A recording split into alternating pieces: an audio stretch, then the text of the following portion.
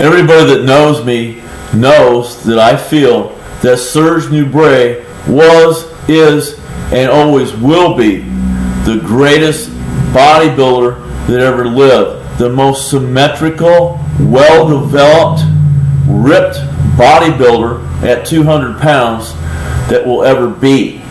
No one will ever be able to match Serge.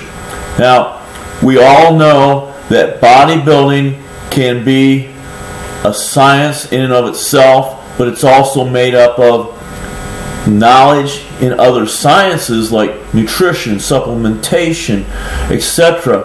But you always run across that rare individual that doesn't follow not only the training techniques, but the dietary techniques that we would expect a bodybuilder to follow. And Serge was that person.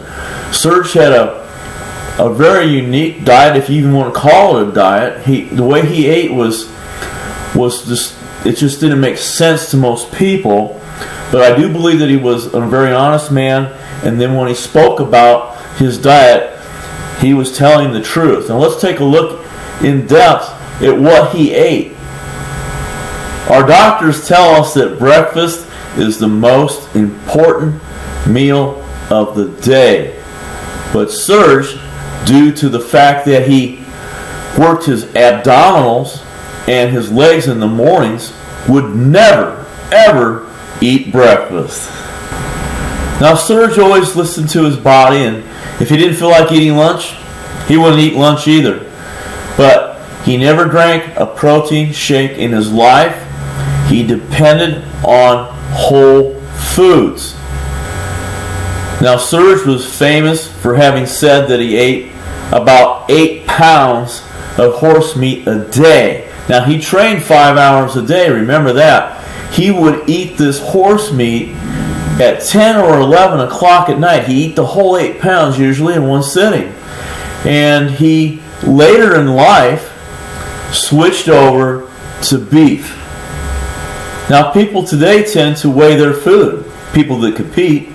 Now, Serge never did. He didn't really count his calories, but he felt that he should have about 3 grams of protein per pound of body weight. So at 200 pounds, he thought that he ate about 600 grams of protein per day. Now, Serge was a movie star in France, so he had a housekeeper that prepared his meals, so he didn't really know, how to prepare the meals. She just brought them to him. Now, he's from the Caribbean, so he was used to using a lot of spices. He'd use salt, pepper, garlic, and other spices in this meat to make it palatable. Now, with Serge's meat, he would eat red beans, rice, and lentils. He didn't really eat much in the way of vegetables. Now, due to this diet that didn't have a lot of variety, he would take a vitamin mineral supplement. Now, what else he would do is, if his body, asked him for pizza, if he had a yearning for pizza, he'd eat it. Now, Serge kept his carbs really low, about 100 grams a day.